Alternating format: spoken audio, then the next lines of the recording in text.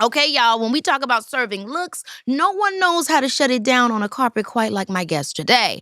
As the world's only image architect, he's worked with Celine Dion, Ariana Grande, Anne Hathaway, Meg Thee Stallion, me, and of course, Zendaya. From his roots in Chicago to hustling his way to the top, becoming the first Black stylist named Top Stylist of the Year by The Hollywood Reporter. He's broken down doors and broken the internet with his insane pulls. And when the game stopped serving him, he walked away. Now he's back and on his terms and sharing what's next. Baby, this is Keke Palmer, and baby, this is Law Roach. Welcome to the show, boo! Yes! Come on, walk and stutter snap. Hey, boo. Hey, baby. It is so good to see you. Good to be here. We always cut up whenever we're together, but I was excited to see what you was gonna wear to the show. Talk to me about this look. You look fabulous. You know what? I did this in honor of you. This is Jabot. We grew up. Yeah, it's very Chicago. So I love that. I was like, You let me look throw this fabulous. on. Thank you. Have you been? I didn't get to catch up with you at the Met Gala. You looked amazing. Thank you too. And so did Zendaya. Thank you. Not that laugh. I mean, we did see what were you thinking when you saw that same look from Anna? So I don't want to mispronounce her last name. Swai, I think. Yeah. Well, I was drunk. I had drank a whole bottle of champagne because I started working again. And so I had 6 people and I consulted for the Burberry table. So I was like running around, making sure everybody was okay. And so I forgot to eat. Well, I didn't really forget to eat. I just didn't eat. Because you gotta be snatched. So I had drank a bottle of champagne and I had spoken to Zendaya the entire ride. She had went earlier and we got caught in the traffic. And so I was talking to her and I knew she had already walked through the exhibit and she was sitting down at her table. And so when I was getting interviewed, I looked down and I was like, why is she down there? And then I looked again, I'm like, oh. And you know us, you're going to get a real natural gut reaction. We really can't hold back. That's right. And I was like, oh, she got on Zendaya's look. But Zendaya was first. Yeah. So I mean, what did they say? Did you have a conversation with her? You said Carla Welch. Carla Welch did it. Yeah. Did you guys talk afterwards? Yeah. Carla was really cool. I think both of them was really cool about it. They was they just was paying homage to me and Zendaya, so I thought that was cute. Oh wow. And it was they had 2 different inspirations. The looks was really, really similar. Sure. But that's okay. You know what I mean? It wasn't. I feel like this time around, the Met Gala wasn't about the biggest gown or the brightest color. It was about paying homage to the theme. And I think they both did that in a really beautiful way. Yeah, I couldn't agree more. Baby, this is Keke Palmer, yeah. This episode is presented in partnership with Airbnb. Baby, summer's calling, and she's got one thing on her mind: your next getaway. My take? Plan your trip by searching guest favorites on Airbnb because these most loved homes are ready for your next adventure. Let's get into it. Now, one thing that we also love about you, Law, other than your opinions and your looks, is your hair. Yes. It's so fabulous. Now, I want to talk about the influence because you said in The New Yorker that your hair is a lot influenced by Cher, someone you really admired growing up. Yeah, it was I guess it was that. And it was just, it was really inspired by this guy named Andre J, who was he was a social party promoter, stylist in New York in the club scene in the early 2000s. And I remember seeing him when I started running away to New York. And I remember seeing him at parties at clubs, and he used to have a beard, but he used to wear long hair. And at that time it was just, I had never seen that. I never saw a Black man do that. Yes. You know what I mean? I had never saw somebody present in this way that was very androgynous. That's right. You know what I mean? And we don't use the word androgyny anymore, and I don't think that's a bad word. No. I kind of I feel I blur those lines sometimes, and it's about, that's why I feel comfortable in that. And he used to do that. And so I think I just took that note, that snapshot, and when it came around for me to kind of create this persona, I thought of him. And so that's really where that courage came from to do this. Oh my gosh, well, shout out to Andre J. Is he still around? Yeah. Shout out to him. Love that we gave him that spotlight. But yeah, I love androgyny. It makes me think about Annie Lennox. Yeah. I loved her a lot. Absolutely. I'm very much so masculine charm with a feminine tribute. We know, baby. So it gives me life. We know. Now, fashion, I think I realized it really is a tool to tell stories. And I think you're somebody who has really put that into the forefront. Yeah. So when you're styling yourself, what is the message or the story that you're telling about Law? that I really just don't give a I really am really confident in who I am. And you know what I mean? And I feel like I'm okay with not getting it right all the time. You know what I mean? Like I also think that clothes should be lived in and worn and not put on this pedestal. Like, of course I have pieces because I collect, so I have things that I would never wear or whatever. But the clothes I do wear, like I wear them all the time. You know what I mean? It's like, and I just really don't really give a if I get it wrong sometimes. It's like, it's part of life. Like, it's just, you're gonna make mistakes in fashion and that should be okay. Well, quickly, I want to touch on, you have clothes that you'll never touch. Let's get into that, T. What is that about? Well, I've been collecting for a while and I have like a lot of Andre Leon Talley stuff. I bought a lot of stuff in a few auctions and I've been collecting his pieces. So some things that I do wear and I will wear, but there's some pieces that I probably will never wear. Like I have like Chanel jackets that Carl made for him. Oh. And you know, I just don't feel like I will have not the place to wear, but just like, I just feel like it's so sacred. Yeah. Because there's two stories there. You know, it's the story of Karl Lagerfeld and it's also the story of Andre. And I just feel like maybe I will wear, but as of right now, I don't have plans to wear some of those pieces. And so somebody might say, well, what made you get it? What was the reason to want that? You know what? I think, so long time ago, you probably remember this, that when Oprah had a sale and she sold a lot of her clothes and shoes and stuff like that. And this one woman bought a pair of her shoes and she bought it for the reason because she looked up to Oprah and who she was and what she's done. And she said she bought the shoes so that she can see what it feels like to walk in her shoes.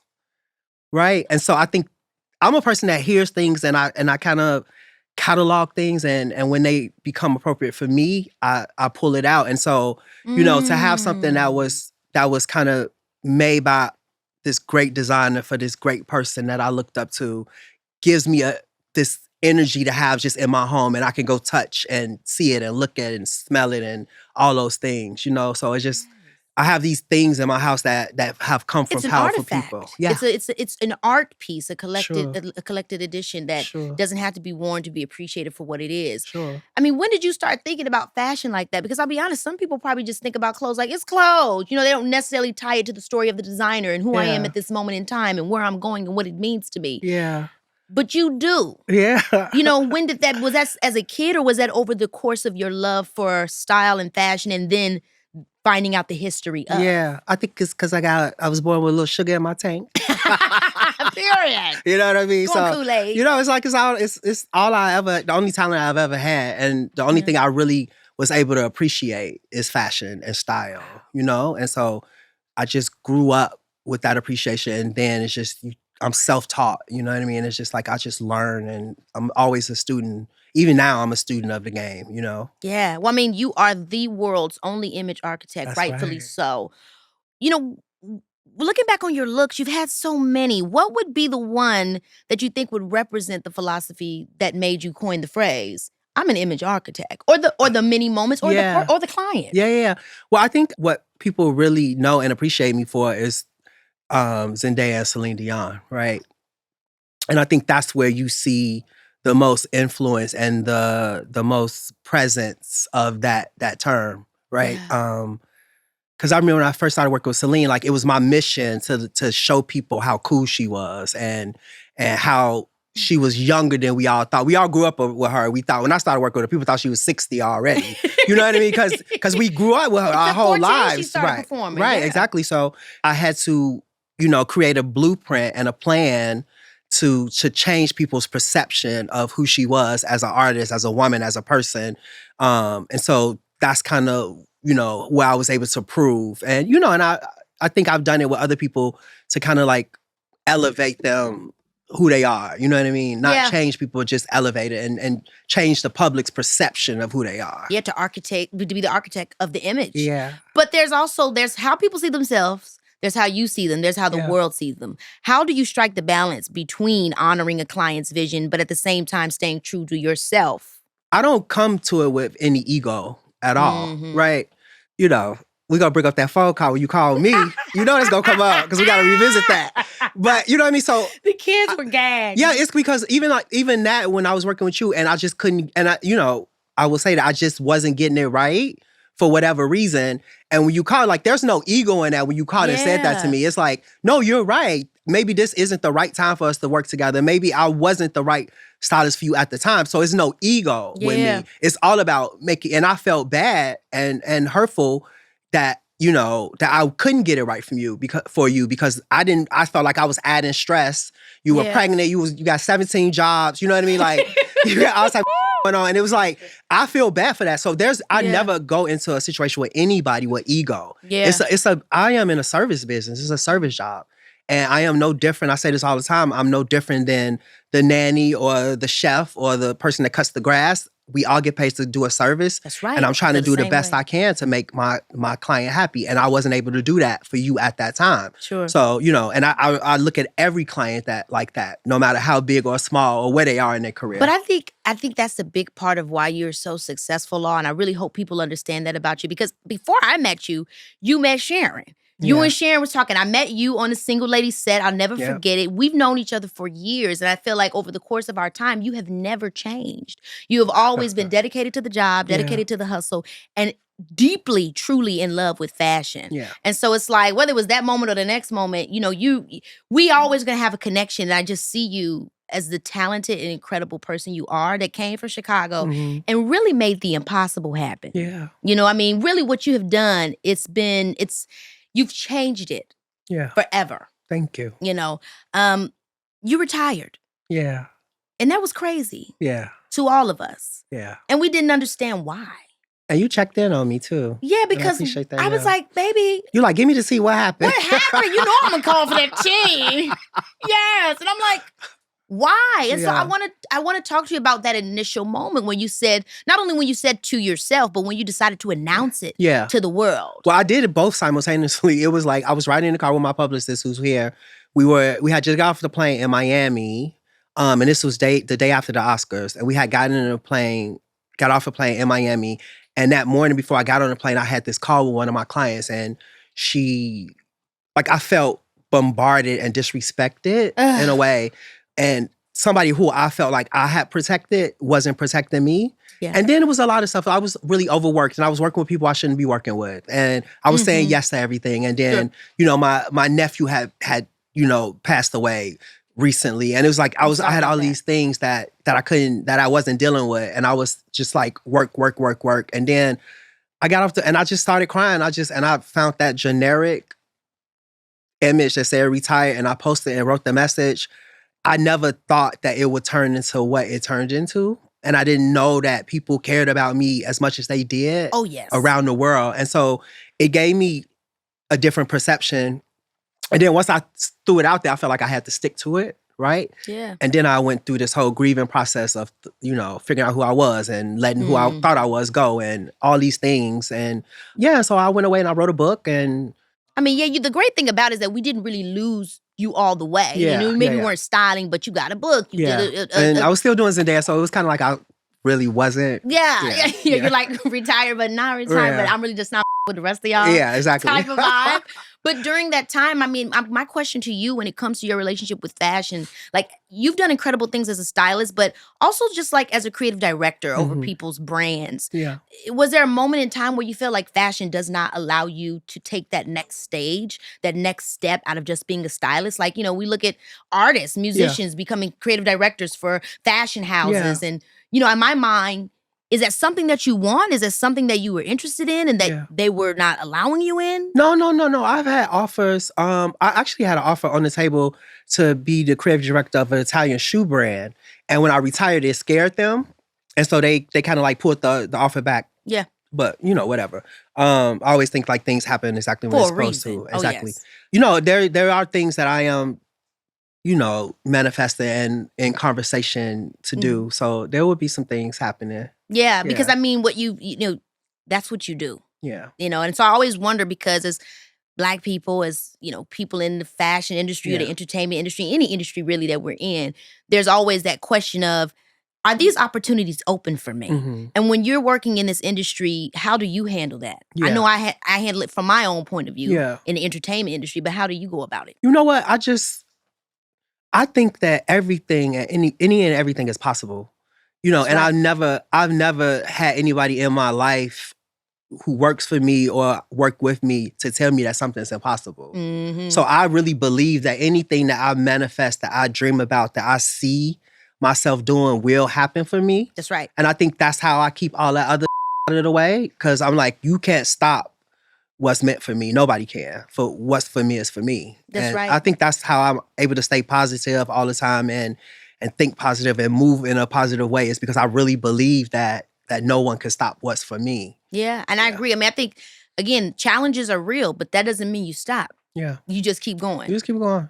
At the Fashion Trust Awards, you said that you're officially back, open for business, and you introduced us to a new muse of yours, Ryan Destiny. Yes. So tell me about that coming back, why you wanted to talk about it at the Fashion Trust Awards. And obviously, I know why Ryan Destiny, because she's my girl, but I mean, let's talk about why for you.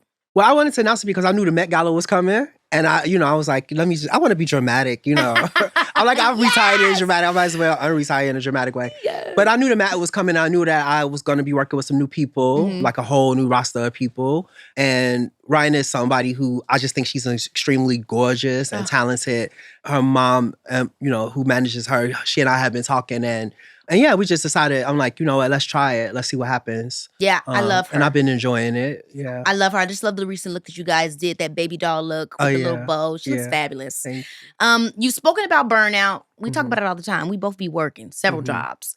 How do you pace yourself? How do you know when to pause and push? I mean, I'm sure the retirement sort of thing helped, but what did you learn in that about your relationship to work? I still don't have a great relationship to it, because I'm just like, what I did learn how to do is say no. And I also learned that no is a complete answer, right? And I don't have to have an explanation behind it. If I say no, it's no. And, in this business, like, you say no, and then people will tell you all the reasons why you should say yes. Yeah. And I think I used to fall for that. And now I'm just like, no is no, and don't ask me about it again. But I love to work, and I do thrive off chaos. You know what I mean? Like, I thrive off being super busy, and, I just love it. I don't have no man or no dog or no kids. So it's like, what else you got, girl? You know what I mean? But I do have a lot of real estate and a lot of other things. You know what I mean? Right. But, it's just like, I like it. I like to work like that. Yeah, but I'm not going to lie and say, oh, I figured out balance, and I figured out, I figured out how to say no. Yeah, I don't really know if there's I don't know if it was Obama or if somebody said that. I think it was Barack Obama that said there's really no such thing as work-life balance. Like, it's just like, especially if you do what you're passionate about. And I'm passionate about. People say, aren't you tired? I'm like, yeah, but I'm still up. You know what I mean? Because I love what I do. And so I think it's ebbs and flows. You make it do what it do. You are who you are. I do want to stop for a second and just, ask you how you're doing about your nephew who you lost in 2021. Yeah. And, how that's been for you, because obviously grief is a lifelong process. I feel for my brother and his, his partner. But yeah, it's just like, for me, it's those, we have the same birthday, so that's what makes it hard.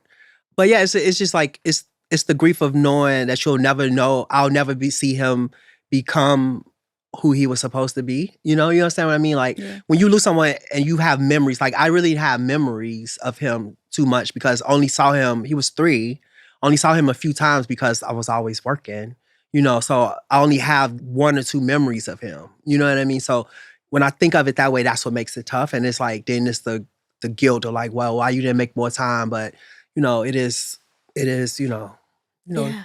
How do you deal with that? Because obviously I deal with it too, since growing up in the industry, where it's like you miss out on so many moments, pivotal moments. Oh, this person went to college, or they went to the family reunion, and you make do with it. But like, as time goes on, how do you handle that for yourself? I don't know if there's a right answer to that. Yeah. You know what I mean? It's just, it is what it is. We sacrifice for this business. We sacrifice for our careers. You sacrifice for your child. You know what I mean? Like, I sacrifice so that I'll never have to go to bed hungry again. That's what I mean? Like, when you come from a place, you work so that you never have to worry about that again. So the sacrifices they kind of like outweigh the things you missed in a way. They do. And I really do feel like that's that Chicago hustle. Like, ain't nothing too hard for me to make sure that ain't what's happening again. So during your break, I want to go back to that because, you were retired somewhat with styling, but you put out your book, which we had that great conversation. Thank you again for having me there with you and Normani. It was a ball. I feel like you always plugging me into stuff, and I really love that you think of me. I love you. I love you too. I'm obsessed with you, actually. I know. She's like, I love you too. It's energy. Always. We just saw each other on the plane. I was waiting for you to turn around. I'm like. And you was asleep. I saw you first. Oh, you was all asleep all pretty like Snow White. I was like, his hair was still laid. I don't know how you do it. It's gonna stay. Baby, this is Keke Palmer, yeah. Summer is here, and you know what that means. It's time to live your best life. This couple's trip I took to Turks and Caicos a while back lives rent-free in my mind. Okay, let me paint the picture. I stayed in this gorgeous Airbnb right on the beach, waking up to the sound of waves and stepping out onto the pristine white sand. That memory is still giving me summertime magic. Now, whether you're for a beachfront paradise like I had, a cozy cabin in the woods, or a chic city apartment, Airbnb's got amazing homes waiting for you. We're talking better locations, more privacy, and the kind of space that'll have you feeling like the star of your own summer blockbuster. So don't let the summer slip away. Book your Airbnb now and get ready to live that main character life. Trust me, you're gonna have a time. Baby, I have never, and I mean never, been more devastated than when I found out that some of y'all been sneaking around behind Domino's back just to get your stuffed crust fix. Now, you know us Virgos are incredibly loyal, steadfast even. Cheating, especially on something as serious as Parmesan stuffed crust pizza, ain't gonna fly in this house. I saw y'all slide into those other pizza spots drive-thrus, ordering that cheese-filled crust like Domino's, and I wouldn't find out about your little rendezvous. But sweetie, the healing starts today because Domino's just dropped their own stuffed crust, and now y'all got no excuse to keep stepping out on them like this. It's time to put those pizza cheating ways to rest. Domino's new Parmesan stuffed crust is serving pure decadence with that buttery, handmade dough wrapped around a cascading stream of 100% melty goodness. These are the cheese pools of your dreams. It's very much a Goofy movie level of ooey gooey cheesy deliciousness. Ooh. And of course, your girl can't forget about that signature garlic seasoning and Parmesan sprinkle dance on top of that perfectly baked crust, making every single taste like it was blessed by the pizza gods themselves. Good think about it now. I'm already imagining the parm stuffed pie I've been plotting on. Next time I'm placing my order, you best believe I'm having mushrooms, grilled onions, and some extra peppers just to, keep the vegetables on top. Now, this is the kind of commitment I'm talking about. No more pizza cheating needed when Domino's is bringing this level of excellence to the table. Order Domino's new Parmesan stuffed crust pizza on the Domino's app and use code KIKI to get any 3-topping Parmesan stuffed crust pizza for $11.99. Price is higher for some locations. You must ask for this limited time offer. Prices, participation, delivery area, and charges may vary. Delivery orders subject to local store's delivery charge. Holla at your girl. I want to talk about your School of Style program that you launched because that was incredible. What made you do that? And how was it? Well, I did it so that that people will have a easier access into the industry, right? And that's right. Because of me, because I didn't have that, I never was an assistant, I never was an intern. I kind of just came to LA and I'm going to do what I can, I'm just going to hustle basically. So I developed this course based on the infrastructure that I built for myself and how I, became successful. And so that we packaged that up. And so we graduated 210 people in our last cohort, and our second cohort is going on right now.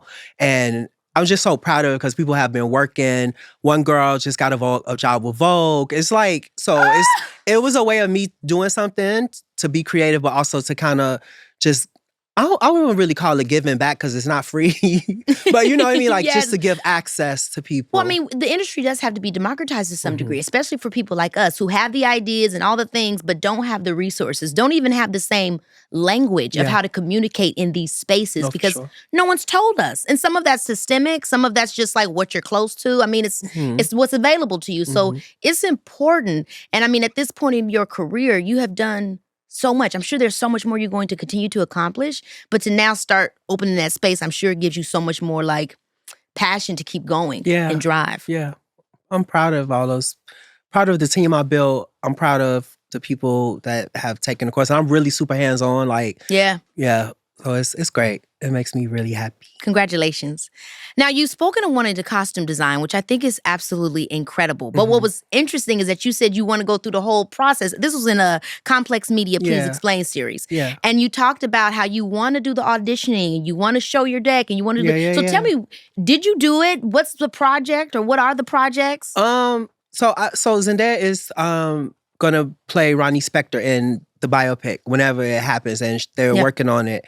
And I just love period stuff. Yes. And and I the know director, that Barry Jenkins. And so, I've never actually really wanted to do anything, because we always kept it like her TV, movie stuff. Like I've never really had a hunger to do that. I did Malcolm and Marie, but that was like small, and during COVID, it was like, a couple looks. But I was like, if I want to do it and I want to work with her, I don't want it to be like, oh, Law Roach wants to. I want to work. I want to earn it. Yeah. So. I mean, it's so different. Like, when you said that, it is different. Like somebody that styles you on the carpet, a lot of times they're not pulling or thinking or caring about the same things that someone is doing when they're costume designing, which is building a story and a character. Yep. So, but I feel like you would obviously be amazing in it. So I can't wait to see. If that happens. If that happens, I would love that. We keep talking about it. We manifest it. That's right. That's right. Barry? Yeah. I ain't even asked Zendaya yet, so she probably go ahead and see eventually.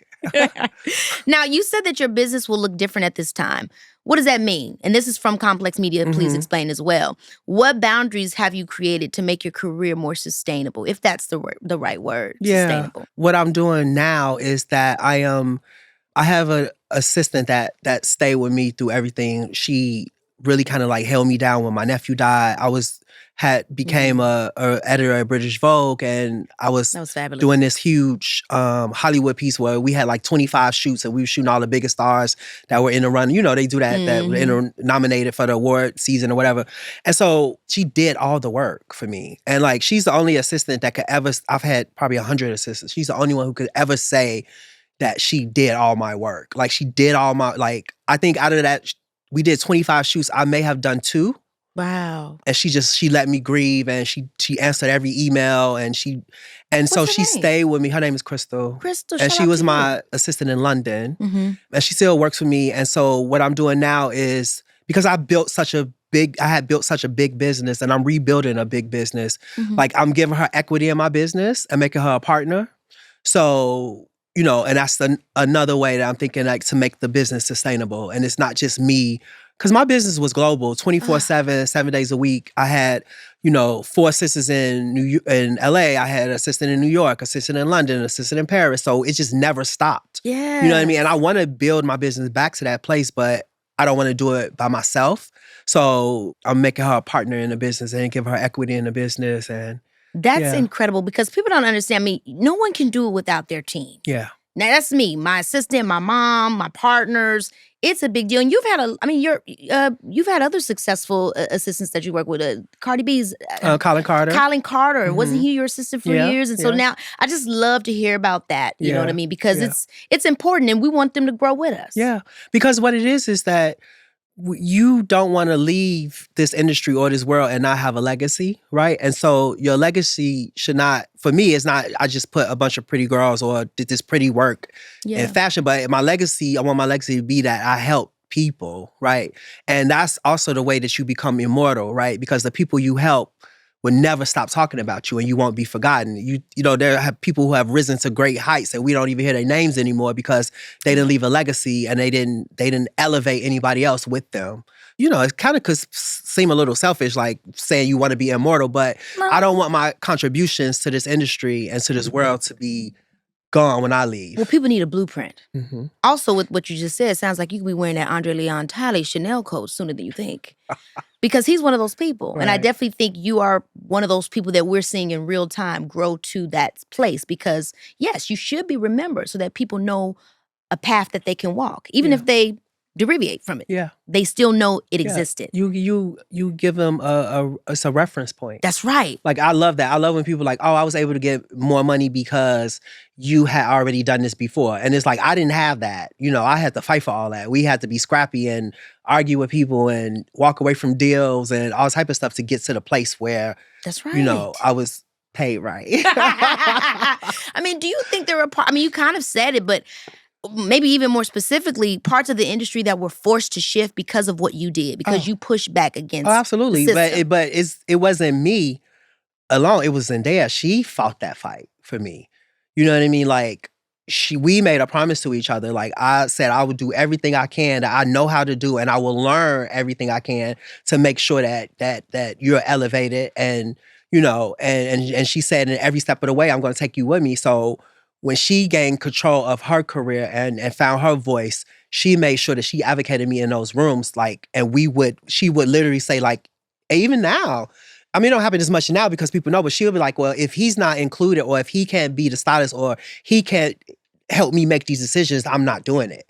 And it's like, when you have somebody that's a partner for you and is willing to walk away from sometimes millions of dollars to make sure that you get your share, it's incredible. Like, it's Is incredible. it just that Virgo Cancer connection? I think so.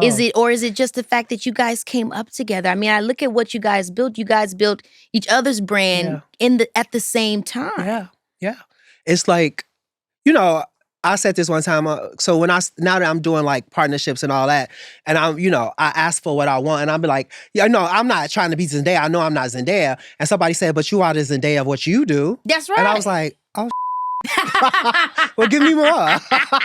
Give me more money. Give me more things. I mean, you guys are like opposites of the same coin. Yeah. You know what I mean? It's beautiful to see. Anytime you see people that have a shared love in a medium and storytelling and just get to see them grow. Yeah. It's a beautiful thing to witness. And it's so real and it's not perfect. Like, we argue and fight, but I don't think love is perfect. No. And we should not try to pretend it is.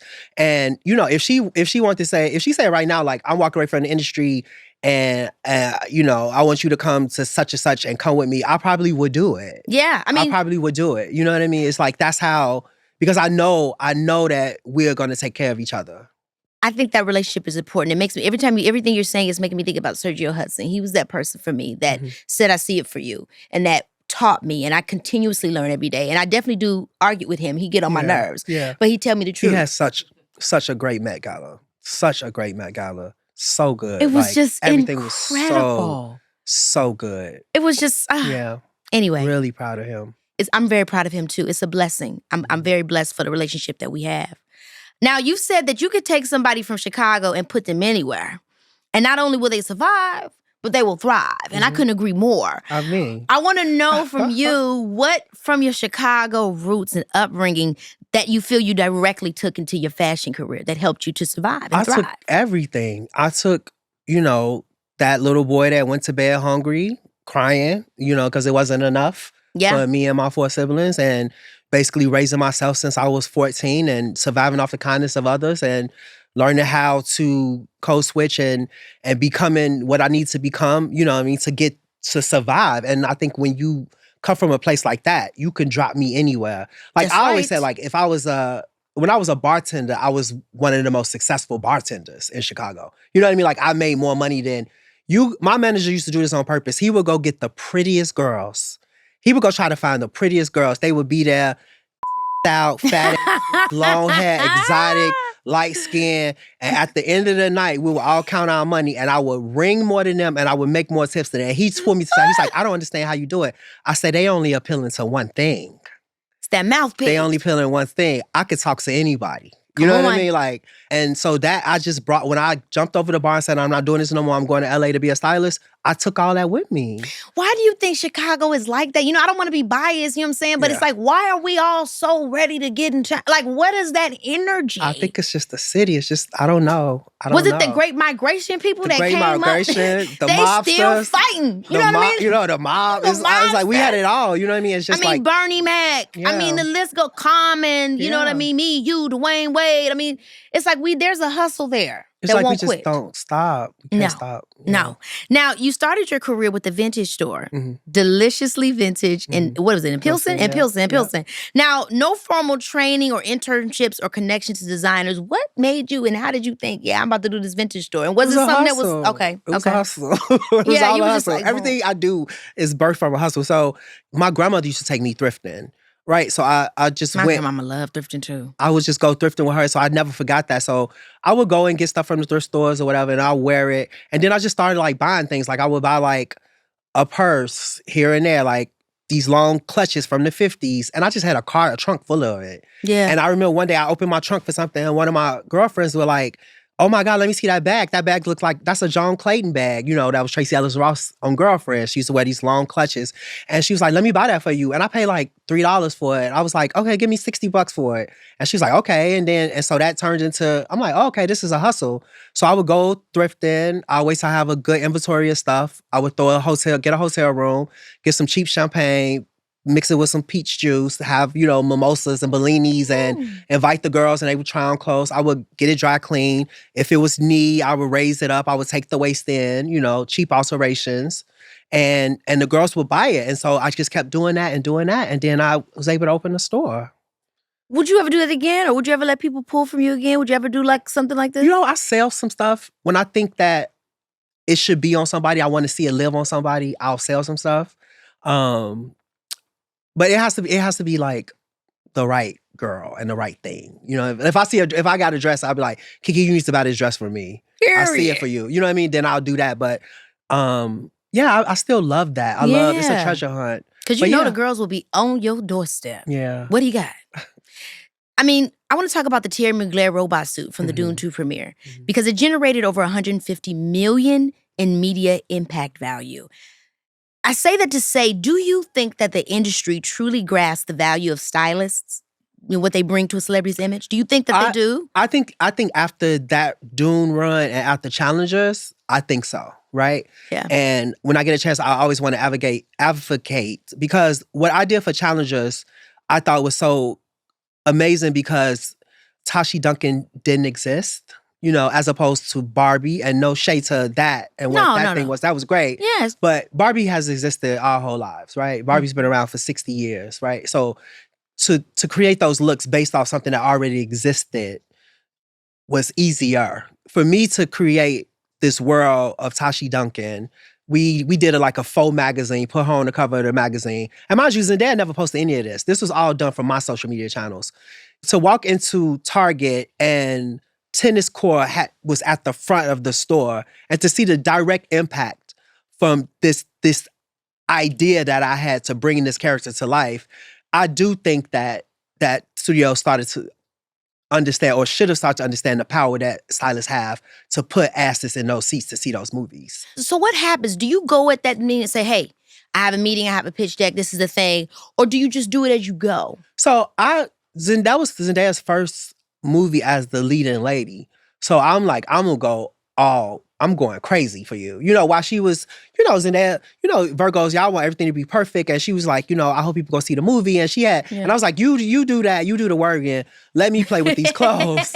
You know what I mean? Like, let me create this world around this character. Yes. And so I did that. And to see the impact, because then all of a sudden you saw brands pushing tennis clothes and, the tennis skirt became trending and all this stuff was trending. And then, so to see that, like, studios should pay, and I think we should be paid to do that. I was about to say, because that's the reason why I'm asking, is that reminds me of Kevin Hart back in the day, what he did with Think Like a Man. He pretty much helped to digitally market the film, created his own company, and now is hired because of that work he did initially, probably for free. Yeah. It became another side business. And so when I'm hearing you talk, what I'm hearing is marketing strategy through fashion storytelling, and that makes me say, that's another business. Oh yeah, it is another business. Let's start it. Okay, because I got movies. I want to be in business with you. Yes, because I'm like, that's cheap. Because one thing she gonna do is get a check.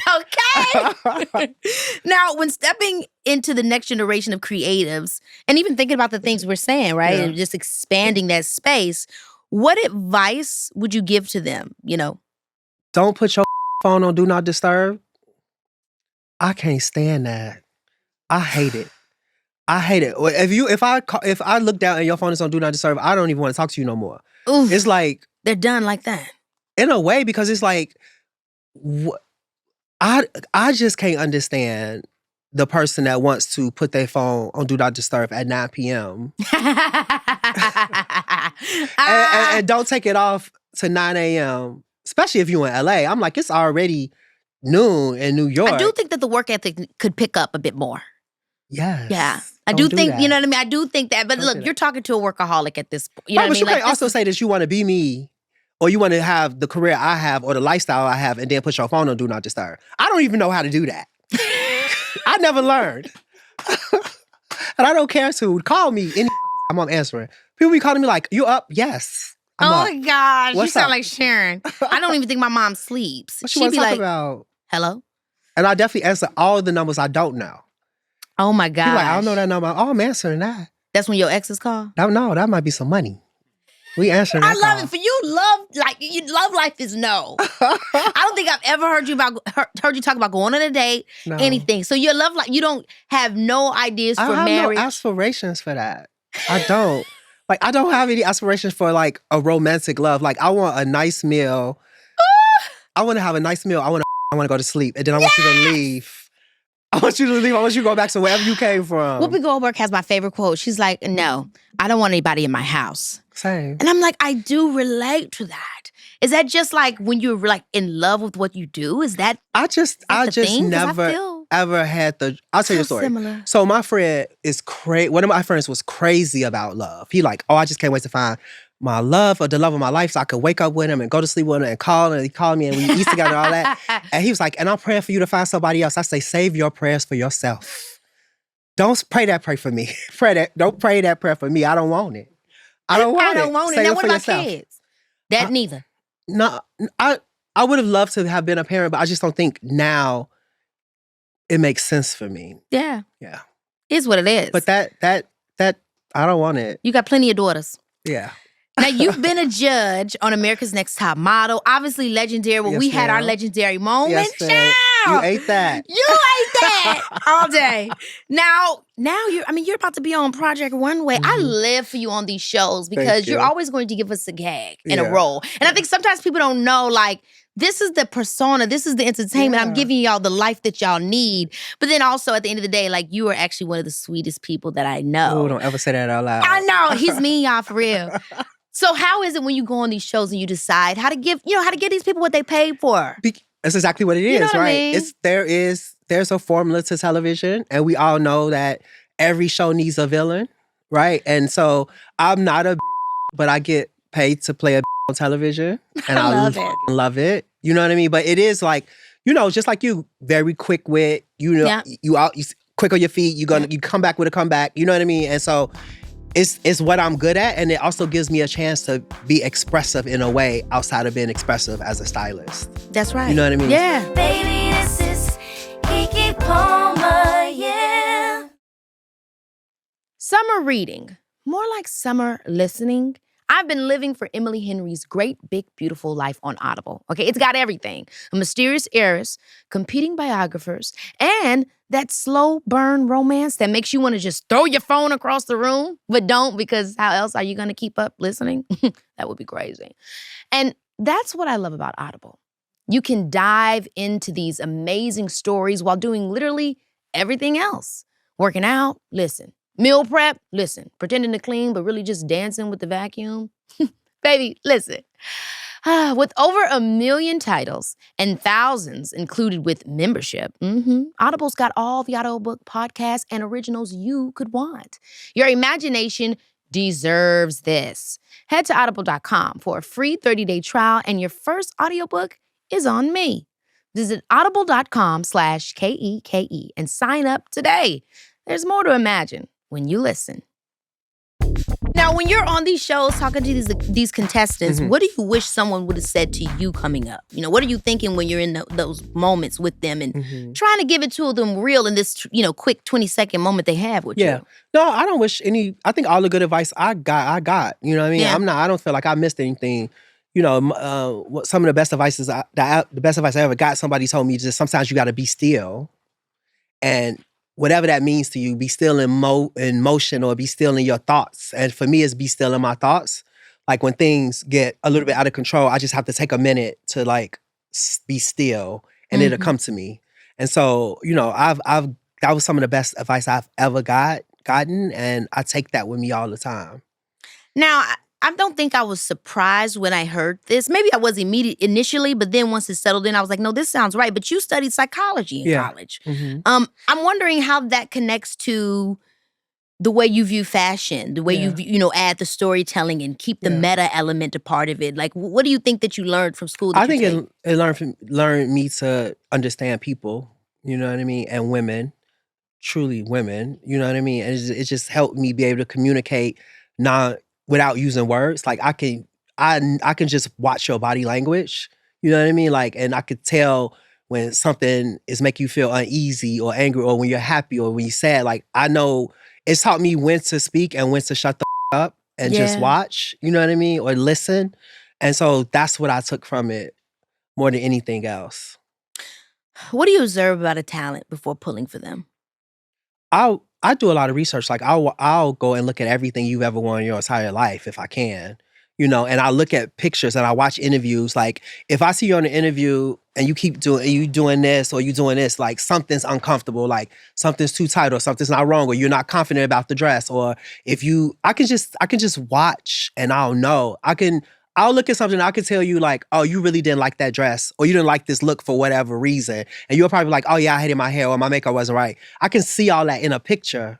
You know what I mean? Like I can see it in somebody's smile. I can see it in the way they talk. But that's just from years of me just studying people's body language. And, you know, like I just recently dressed Jon Batiste.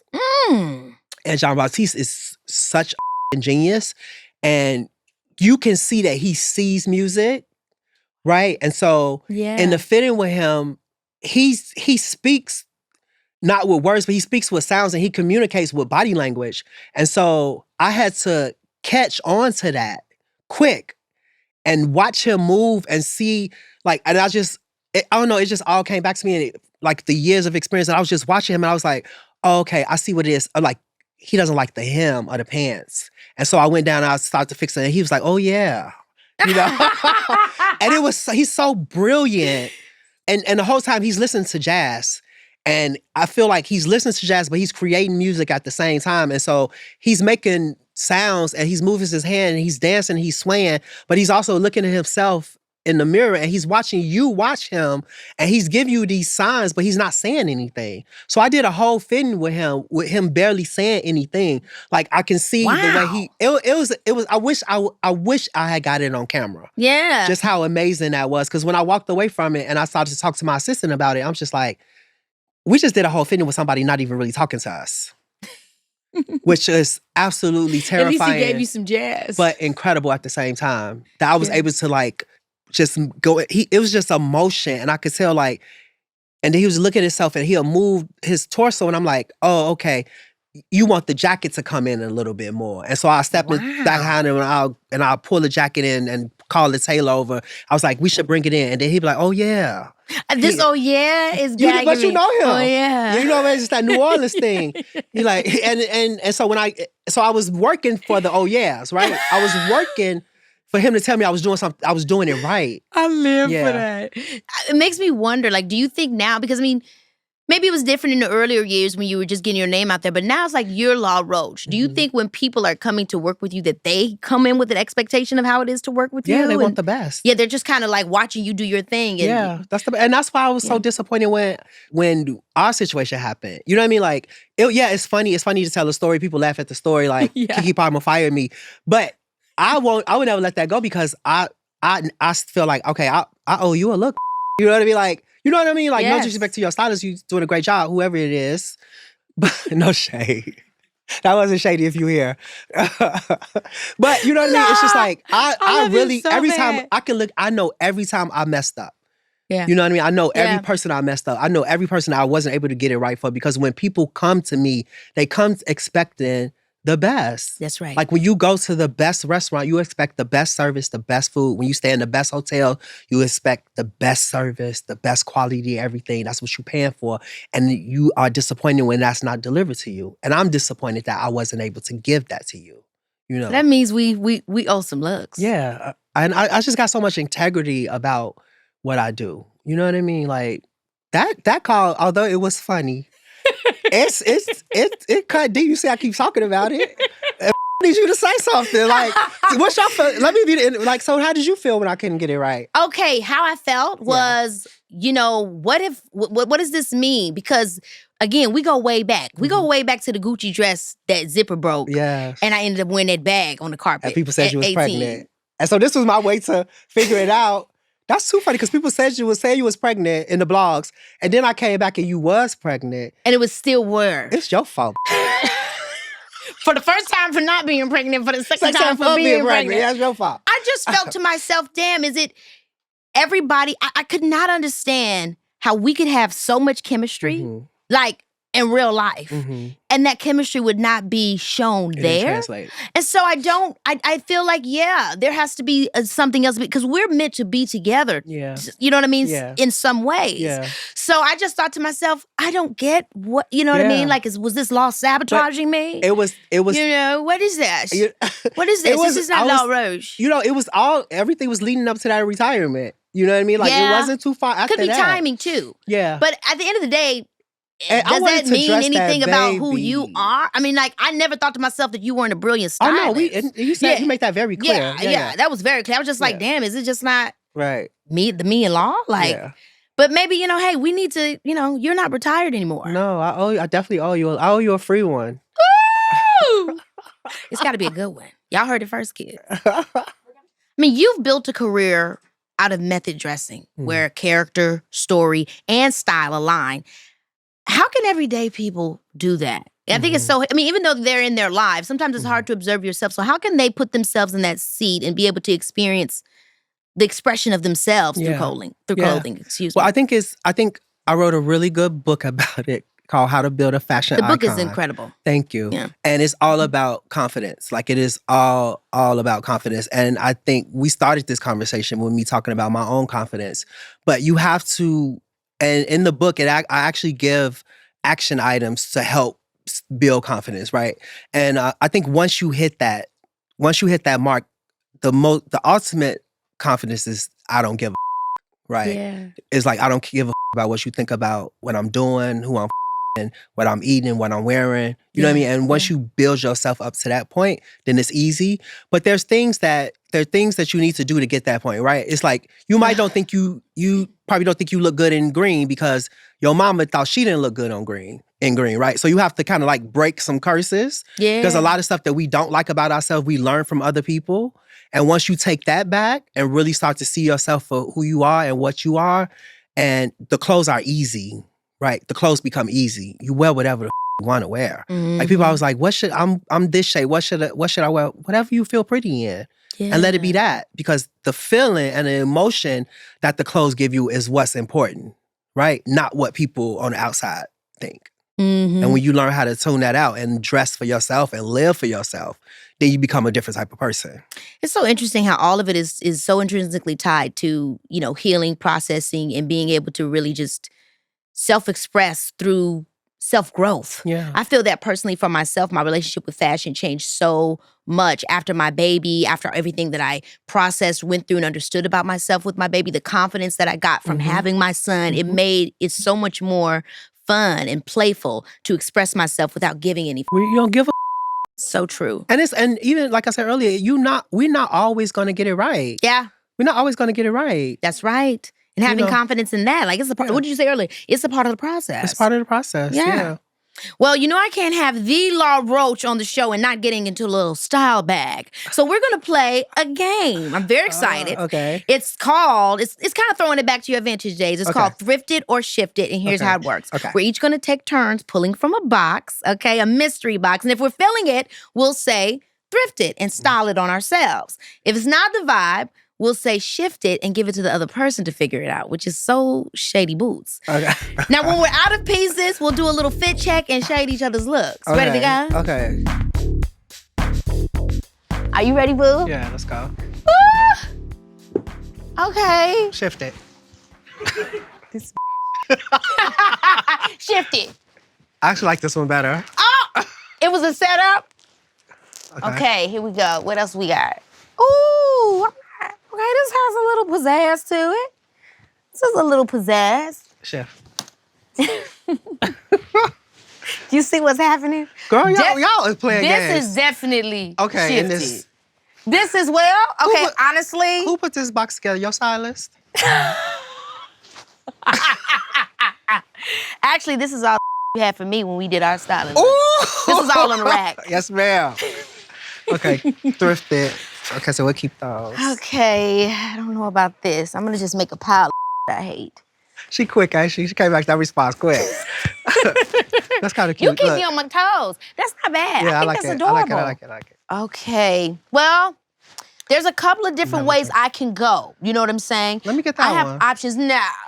Okay, so the funny thing is, I know exactly the look I'm gonna make. I could make a look that feels very like upscale and kitschy, but actually I'm gonna go something that feels very like chill, like mom on the day with her little boo-boo baby. Yeah.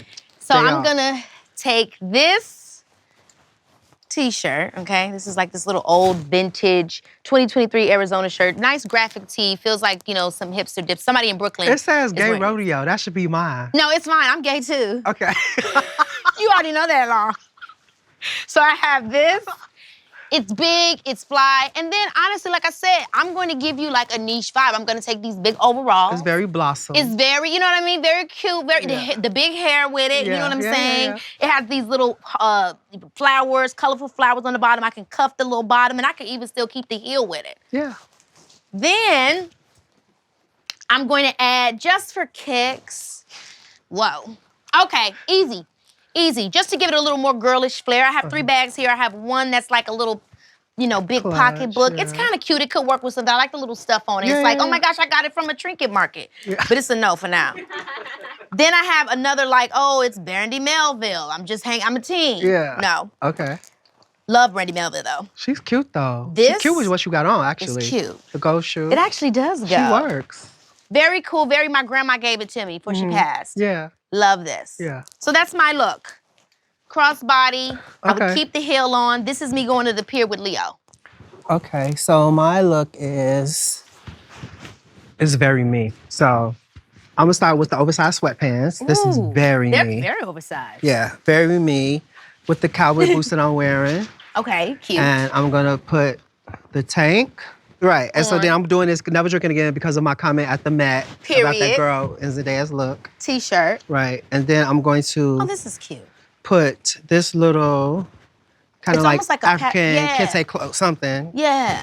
I'm gonna put that with that. So you see the colors, guys? You see how that's all coming together? So it's black tee, and then the tan collared shirt with the then I'm gonna put that on. You see how I'm planning these colors? You see? I really like that. See?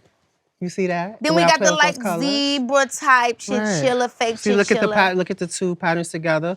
But they all in the same family. They're in these very warm, cool, I forgot, one of them tones. The ones that are nice to the eyes. Right. So that's a look. And this actually, I would definitely wear this and this for sure in my real life. I'm not mad. I think we did pretty good. I think we did pretty good too. Like Fabulous. This is very chic. Ooh, is this the show? Are we gonna go around town and shop vintage and put looks together with models and Let's do that. Get it to that? Is it thrifted or shifted? Stay tuned. Listen.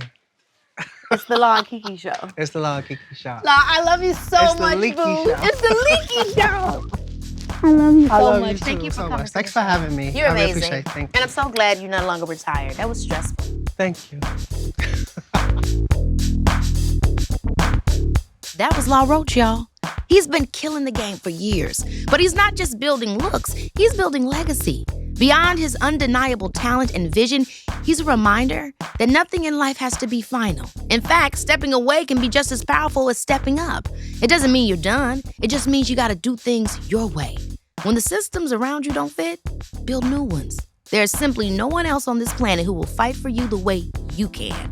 Whether you're on a red carpet or running errands, believe in yourself. Don't forget it. See you next week, because baby, this is Keke Palmer. Baby, this is Keke.